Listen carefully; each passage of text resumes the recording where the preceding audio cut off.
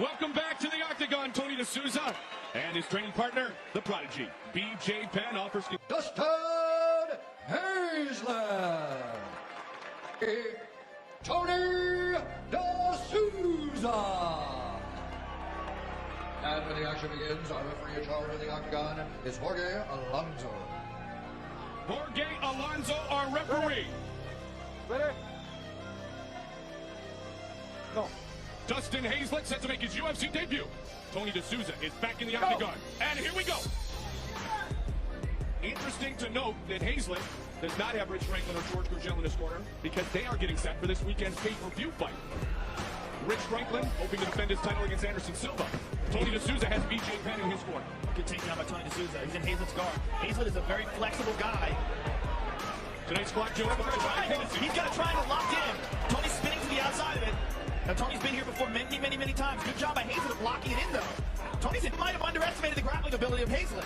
Well, I'll tell you what, in talking to George Gurgel, he told me that the rubber guard can be utilized, and this kid has great flexibility at 20 years old. He has got it locked in.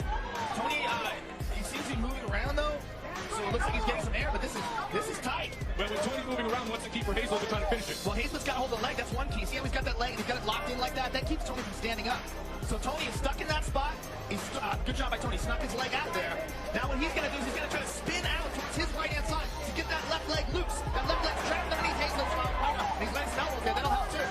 He's using his left arm to press against Hazlett's leg, his thigh, to give himself a little air, and then he's using his right hand to drop elbow. He wants to keep rotating his body to the right, where he can free up the left leg of Hazelett out from underneath his right leg, where he's got it locked in place. When Hazlett's pulling down on Tony's head, if he grabs a gable grip and yanks out on Tony's head, Tony can easily go out here. Tony's using his left arm to create space. See that space between the foot and the knee? That means he's getting out. Hazelett has got to figure out a way to grab a hold of that leg and lock it back in place. But Tony is moving him away. He's turning his body towards him. He's going to get out, and he's out. Wow, what a job done by Tony Excellent Souza. defense by Tony Souza. And goes right into side control. And you know what? Here's the problem. Hazelett might have blown his gas here. He might be very tired. Well, he took the fight on 3 weeks' notice. But what that does tell you is Hazelett is very dangerous on his back, and Tony has to have some respect for him now. Well, this is a big jump up for Dustin Hazelett to make his UFC debut against a veteran like Tony Souza. But then again, if you believe anything can happen, then you believe that Jens Pulver can be beaten by Joe Lozon. And wait, that didn't happen. You know, anything can happen, especially when you're training with guys like George Gurgel and Rich Franklin. I mean, that is, you couldn't ask for better training partners. Tony's trying to mount him, but Hazelett doing a very good job of getting his legs underneath, and he's very flexible. He's got good leg dexterity. He's going to sneak that left leg through, and he's going to have half guard in a second here. He's got that. Well, Tony is an outstanding wrestler. We always talked about that way back when in the 30s, if you will. UFC 31, UFC 32, UFC 33 were the 3 times previous to tonight that Tony Souza was in the Ultimate Fighting Championship. Tony's trying to isolate his left arm. What he's going to do is try to sneak his left arm underneath and pin down his arm with his right wrist. There he's got a Kimura locked in, and you can't get this from half guard. That's bad. Very bad for Hazelett. He's got it locked in. He needs to get a little lower on the wrist. He needs to move his right hand further down on the wrist. But he's in the mount position now, or he's in side control. Hazlett's got very good leg dexterity. I like how he's reclaiming guard here by using his leg to snake over. Tony's got it though here. Hazlett's inverted arm bar or Kimura, each one, whichever one. He's taking out Kimura. Hazlett's in deep trouble. Hazlett's in deep trouble. Dustin?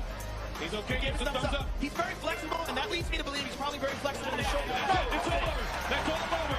He was okay until that last bit of authority by Tony Souza. Good job by Tony Souza submits Dustin Hazelett. And very good triangle attempt by Dustin Hazelett. That was very impressive. Tony Souza has got the Kimura. He can use this as a Kimura or an inverted armbar. Pushes down on the wrist, yanks it behind Hazelett's body, gets his leg over Hazelett's head. You see the full transition here. They're battling for position here. Hazelett's trying to use his left leg to try to reclaim guard. Tony gets a hold of it, gets that left leg behind his head, and yanks that arm behind his back. That's a bad spot right there. He says he's okay at first. You see the referee saying, "How you doing?" He gives a thumbs up, but it's just seconds away from the end.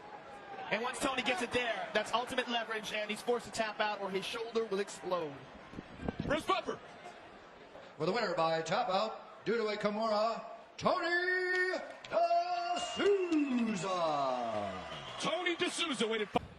Yeah, I had to change my grip so I could apply the Kimura with more pressure, and he tapped.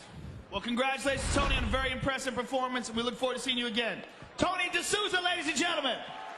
Welcome back to the Octagon, Tony Souza and his training partner, the Prodigy. BJ Penn offers congratulations.